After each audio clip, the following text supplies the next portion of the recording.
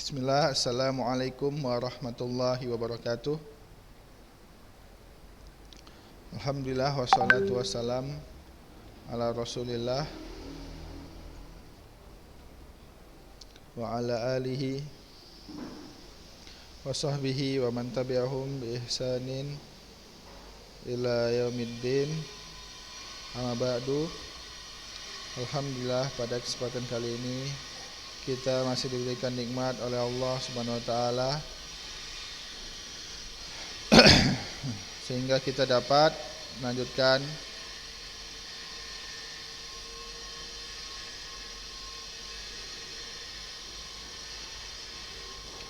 pembahasan kita di dalam pembahasan akidah ini.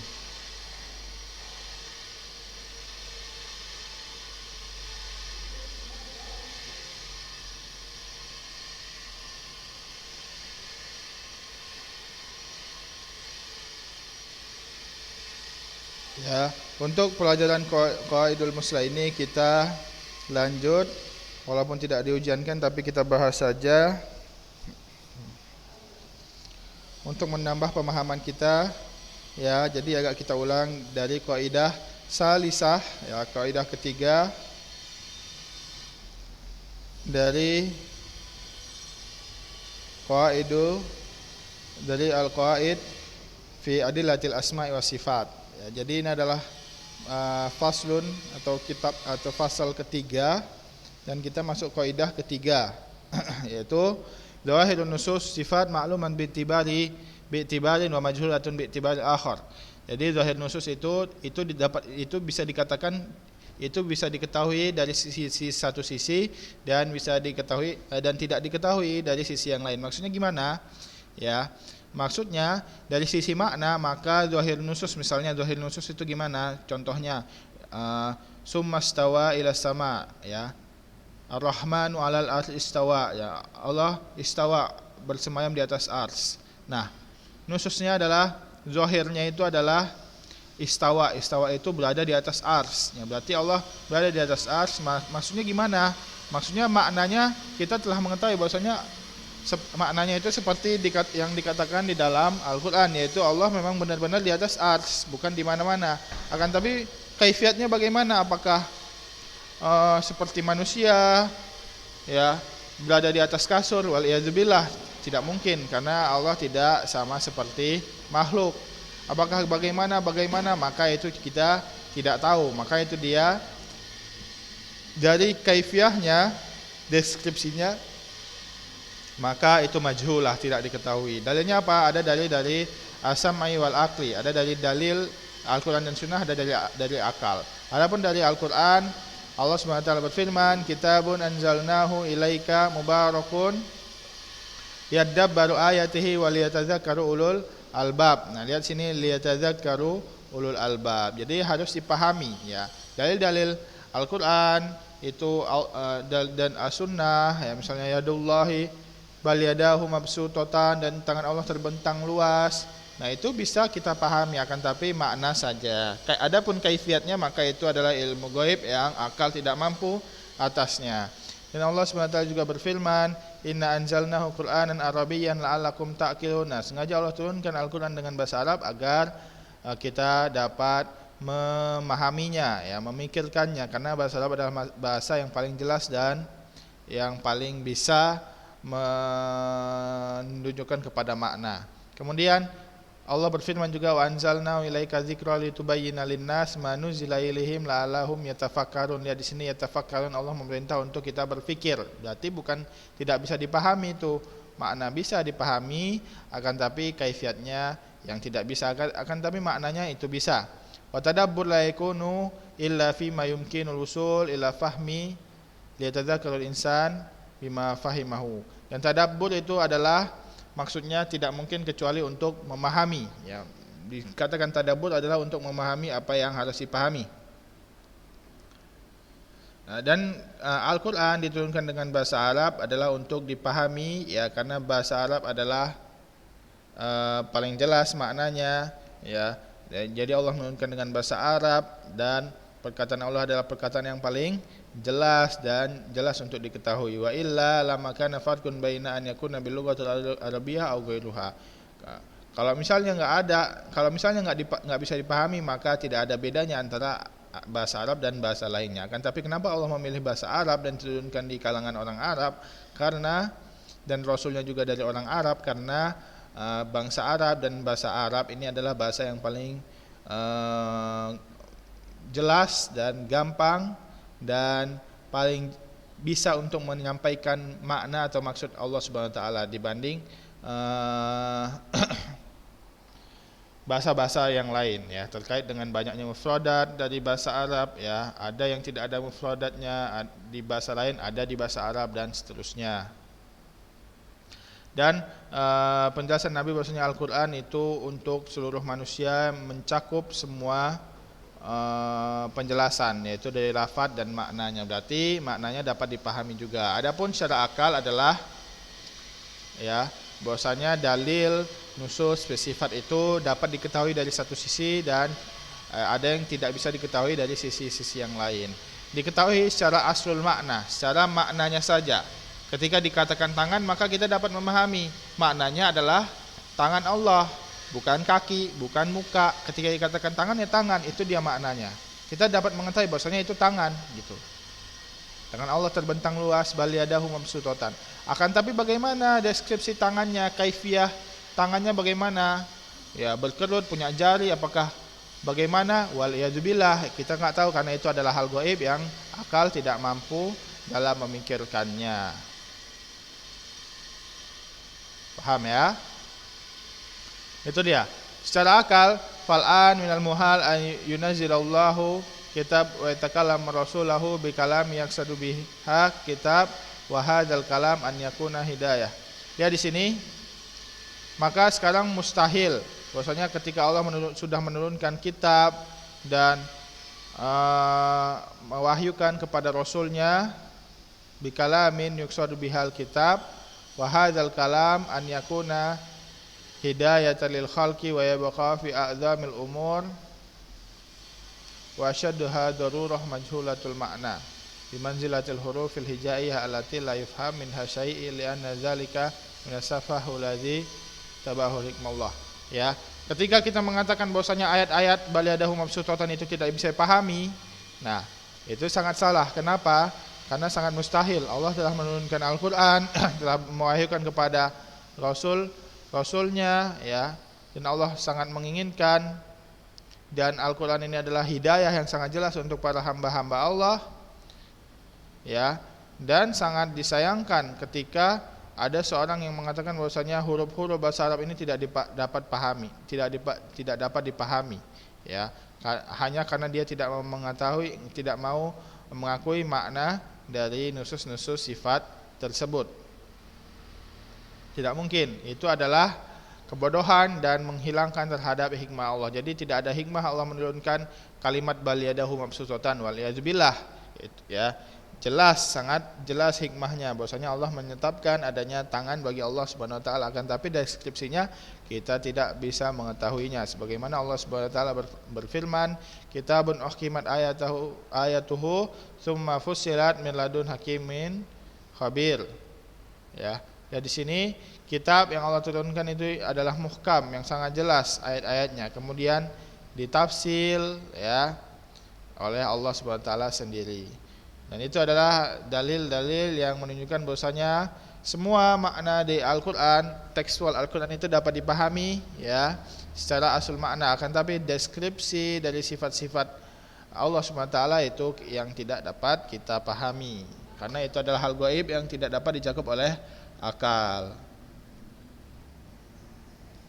Ya, adapun maksud yang dikatakan kita tidak dapat mengetahuinya, ya wa amma dilalatuhuma ala jahlina laha bi'tibaril kaifiyah ya. Maksudnya dilalah yang tidak dapat kita ketahui dari ayat-ayat sifat tersebut adalah kaifiatnya. Jadi kaifiat penglihatan Allah, kaifiat tangan Allah, kaifiat wajah Allah, kaifiat istiwa Allah kita tidak tahu ya, karena itu adalah deskripsi yang tidak dapat diketahui oleh akal. Ya. Kemudian maka dengan ini diketahuilah batilnya pemahaman Mufawidah. Mufawidah itu orang yang mengatakan tidak tahu. Ketika dikatakan bal yadahu mabsutatan, apa maknanya? Mereka menjawab tidak tahu, itu tidak ada maknanya. Ya Allah taala a'lam, Allah yang lebih tahu, kita tidak tahu. Gitu kata mereka. Ketika dikatakan Ar-Rahman 'alal 'arsy istawa, apa maknanya? Mereka mengatakan tidak tahu, wallahu a'lam, Allah lebih tahu daripada kita. Jadi mereka tidak mau menetapkan makna istiwa dan makna yad dan makna sifat yang lainnya oleh Allah SWT. Ya, karena pada intinya mereka memang tidak mau menetapkan. Jadi embel-embel mereka hanya mengatakan tidak tahu. Itu dia mufawwidah. Ya. Allazi yufawidu, yang mana mereka mengatakan tidak tahu terhadap makna-makna dari nusus sifat. Ya. Dan mereka mengatakan bahwasanya mereka adalah mazhab salaf. Wal iyadzubillah, padahal para sahabat itu menetapkan sifat istiwa, sifat tangan dan seterusnya.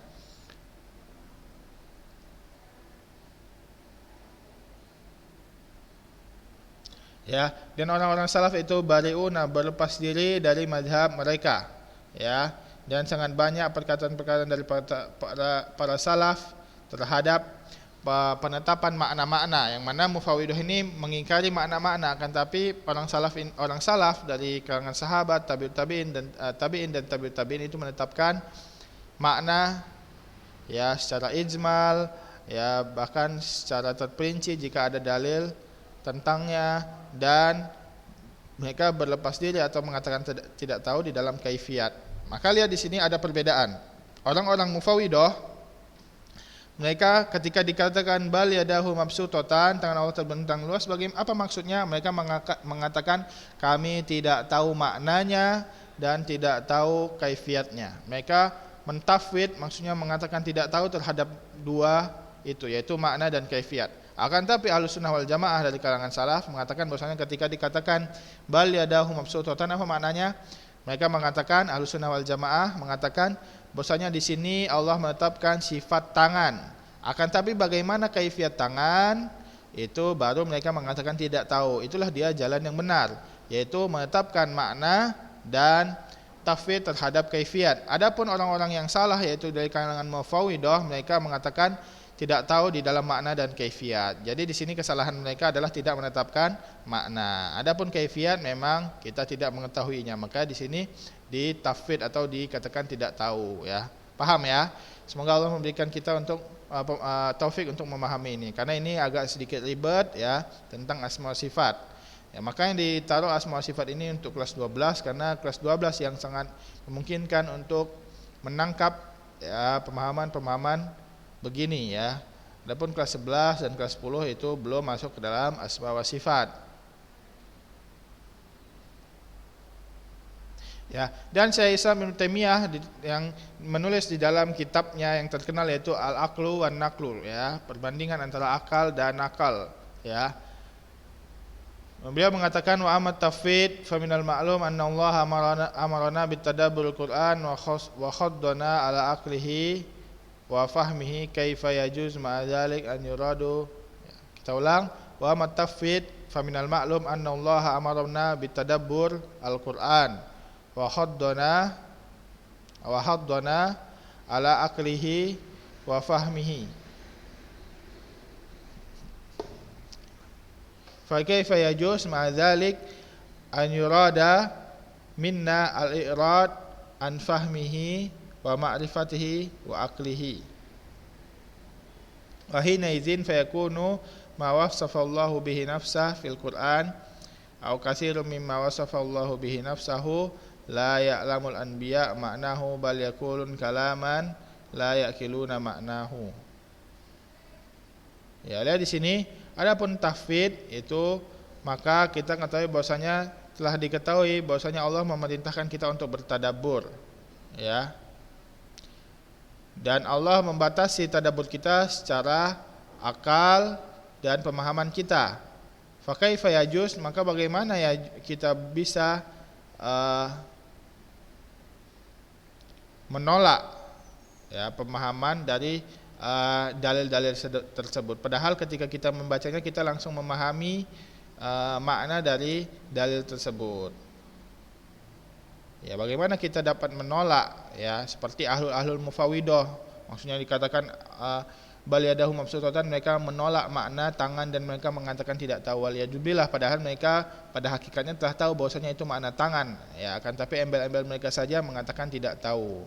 Padahal kita jelas mengetahui di pemahaman kita dan pengetahuan kita dan akal kita. Dan beliau juga mengatakan bahwasanya wahina izin yakunu ma wasafallahu bihi nafsahu fi Quran atau katsirun mimma wasafallahu bihi nafsahu la ya'um.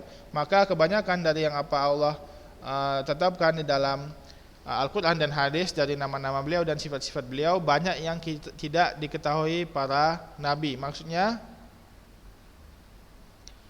tidak diketahui maknanya, ya. Maksudnya apa makna di sini? Maksudnya adalah makna secara lengkapnya, secara kaifiatnya, ya. Bal yaqulu, bahkan mereka mengatakan kalam la yaqiluna maknahu, perkataan yang tidak diketahui maknanya. Maksudnya apa? Maksudnya makna secara keseluruhan. Ya, misalnya ketika dikatakan yadahu mabsutatan, bagaimana deskripsi tangan Allah? Apakah begini, apakah begitu? Ya, itu jelas tidak diketahui. Bahkan anbiya, para nabi juga tidak mengetahui. Akan tapi aslul makna, ya, bukan makna secara lengkap. Makna asal maknanya itu adalah tangan, dan jelas itu dapat diketahui oleh seluruh manusia, seluruh orang berakal yang membaca dalil tersebut, ya. Nah, maka itulah diajaran yang benar, menetapkan makna, menetapkan asal makna, dan mentafid atau berlepas diri dari kaifiyah, ya. Itu dia maksudnya. Maka asul makna adalah makna tangan, dan kaifiyat itu adalah tamamul makna. Tamamul makna, makna secara lengkap itu tidak dapat diketahui oleh manusia karena itu adalah hal gaib. Akan tapi asul makna, maka itu dapat diketahui seluruh manusia, ya, hanya sebatas asal maknanya saja. Adapun secara lengkap maka kita tidak ketahui karena itu masuk ke dalam deskripsi atau kaifiyat. Ya, dan kemudian kita lanjut yang terakhir dari kaidah ini. Ibnu Taimiyah berkata lagi, wa ma'lum anna hadzal qadah fil Qur'an wal anbiya.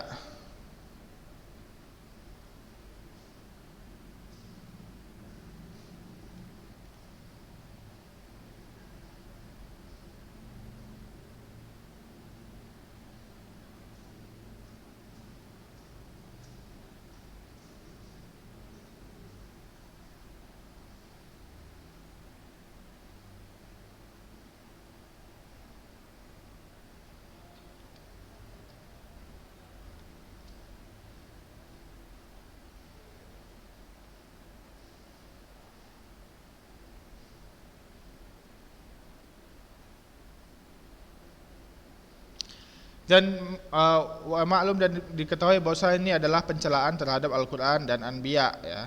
Jadi orang-orang ahlu tauhid ini jelas mencela Al-Quran dan Anbiya. Kenapa? Karena mereka mengatakan tidak mengetahui maknanya. Ya, sedangkan Nabi Muhammad mengatakan bahwasanya Allah beristiwa di atas ars, ya.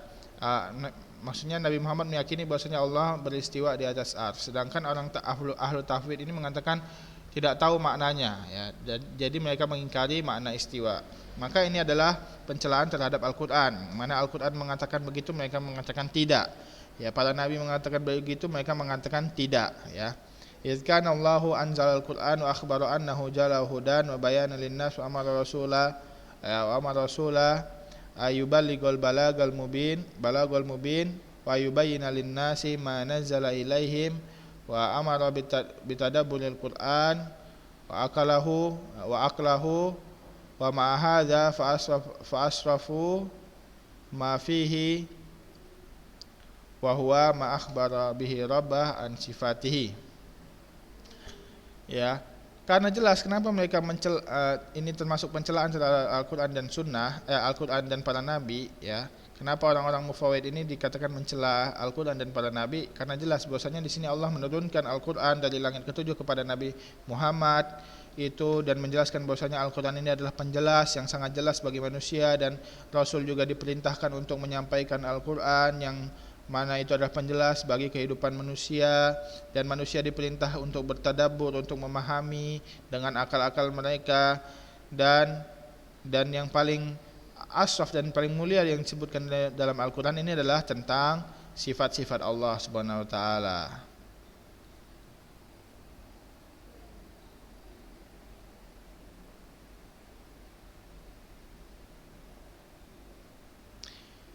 La ya'lamu ahadun ma'nahu fala yaqilu wa la yatadabbaru wa la yakunu ar-rasul bayyana mana. Ketika mereka mengatakan bahwasanya Al-Qur'an ini mufawwidah ini tidak dapat diketahui, ya, maksudnya lafaz bal yadahu mabsutatan itu hanya Allah yang mengetahui, maka ini sangat sia-sia, ya. Maka mereka menyatakan bahwasanya tidak ada seorang yang dapat, maka konsekuensi dari perkataan mereka mengatakan bahwasanya tidak ada seorang yang dapat mengetahui maknanya, yang dapat memikirkan makna Al-Qur'an, bertadabbur dalam makna Al-Qur'an, dan Rasul juga tidak dapat menjelaskannya. Berarti itulah konsekuensi dari ketika mereka mengatakan tidak tahu maknanya. Karena ketika mereka mengatakan hanya Allah yang tahu maknanya, wal iyadzubillah. Dan jelas tidak ada manfaat dari Nabi menyampaikan Al-Quran, karena jika saja Al-Quran tidak dapat diketahui kecuali hanya Allah yang mengetahuinya, waliyadzubillah, ya, buat apa Nabi menyampaikan wahyu jika wahyu itu tidak dapat dipahami? Maka ini adalah pencelaan terhadap para anbiya.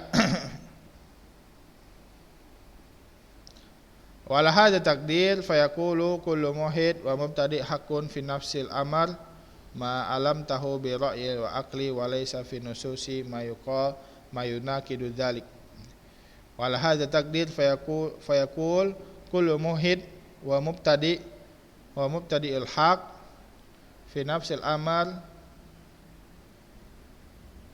ma alam tuhu bi ra'yi wa aqli walaysa fi nususi ma yunaqidu dzalik li'anna tilkan nusus mushkilatun mutasyabihun wala ya'lamu ahadun ma'nahu wala ya'lamu ahadun ma'nahu wala yajuz an yastadu bihi fayabqa hadzal kalam saddan li babil huda. Ya, di sini ketika mereka mengatakan setiap orang yang mulhid dan mubtadi, ya, mereka mengatakan semuanya sama, ya, menurut akalku dan pengetahuanku bahwasanya makna dari lafaz ini adalah menentang, ya, atau bertabrakan, ya, dengan akal, ya. Nah, maka ini teks dari Al-Qur'an ini itu muskilah dan mutasyabih kata mereka, ya. Maksudnya ini samar-samar maknanya dan tidak ada yang mengetahui maknanya kecuali hanya Allah, ya. Dan seorang pun tidak mengetahui maknanya, ya, kecuali hanya Allah, dan tidak boleh mengeluarkan hukum dari lafaz-lafaz tersebut. Maka tidaklah mereka mengatakan kecuali Al-Qur'an ini adalah kecuali mereka menutup sadan, ya, menutup pintu hidayah dan penjelasan Al-Qur'an terhadap manusia, wal iyadzubillah. Mereka adalah seburuk-buruk khalaq. Kenapa? Karena mereka mengatakan Al-Quran tidak dapat dipahami kecuali hanya Allah yang dapat memahaminya, wal iyadzubillah. Itulah konsekuensi dari ketika mereka mengatakan tidak tahu maknanya, wallahu a'lam, wal iyadzubillah, ya. Itu mereka menutup pintu hidayah dari sisi para nabi dan membuka pintu yang mana pintu ini bertentangan dengan para nabi, yaitu bahwasanya mereka seakan-akan mengatakan bahwasanya hidayah dan penjelasan Al-Qur'an itu adalah dari jalan kami, bukan jalan para nabi, ya. Dan seolah-olah mereka mengatakan juga bahwasanya kami, ya, mengetahui apa yang kami katakan dan kami jelaskan biadilatil aqliyah dengan dalil-dalil akal, ya. Dan para nabi tidak mengetahui apa yang mereka jelaskan. Jadi orang-orang mufawwid ini sengaja menjelaskan Al-Quran apa yang dapat mereka pahami secara akal saja. Adapun yang mereka tidak dapat pahami secara akal, maka mereka mengatakan wallahu ta'ala alam, wal iyadzubillah, ya.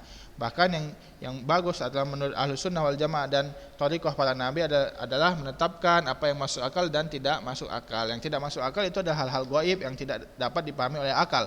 Disitulah berfungsi iman, ya. Ketika hal-hal yang dapat diimani hanya semua yang masuk akal saja, maka tidak ada fungsi iman di situ, ya.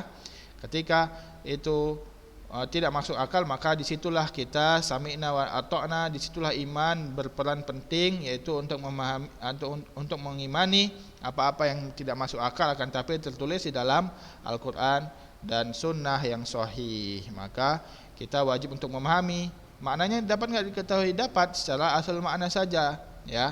Ketika dikatakan sifat-sifat Allah wajah, kita mengetahui Allah mempunyai wajah, mempunyai tangan, mempunyai kaki, ya, mempunyai mata, mempunyai tangan, dua tangan, dan seterusnya. Akan tapi bagaimana kaifiat mata Allah, bagaimana kaifiat wajah Allah, bagaimana deskripsi dari tangan Allah, dari kaki Allah, wallahu taala alam. Itulah dia thariqah Ahlussunnah wal Jamaah.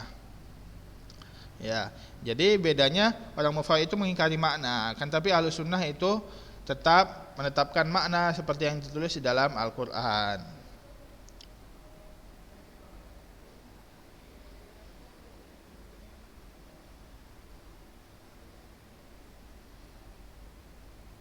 Dan mereka seolah-olah mengatakan bahwasanya para nabi itu tidak mengetahui apa yang mereka katakan, waliyazubillah, padahal itu para nabi itu menyampaikan apa yang Allah katakan.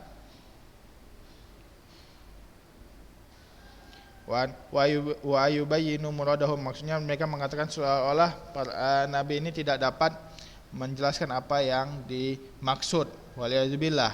Maka di sini jelas bahwasanya perkataan ahlut tauhid alladzina, yang mana mereka menyangka bahwasanya mereka adalah yang mengikuti sunnah dan salaf, ya, maka ini adalah dari syari' aqwal, dari sejelek-jeleknya perkataan ahlul bidah wal ilhad. Ini adalah perkataan Imam Ibnu Taimiyah, Syekh Islam Ibnu Taimiyah.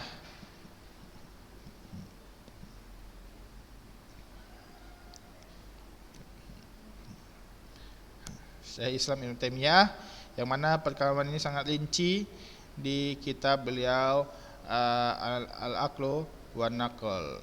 Itu dia kitab beliau. Udah? Ya, sedikit lagi.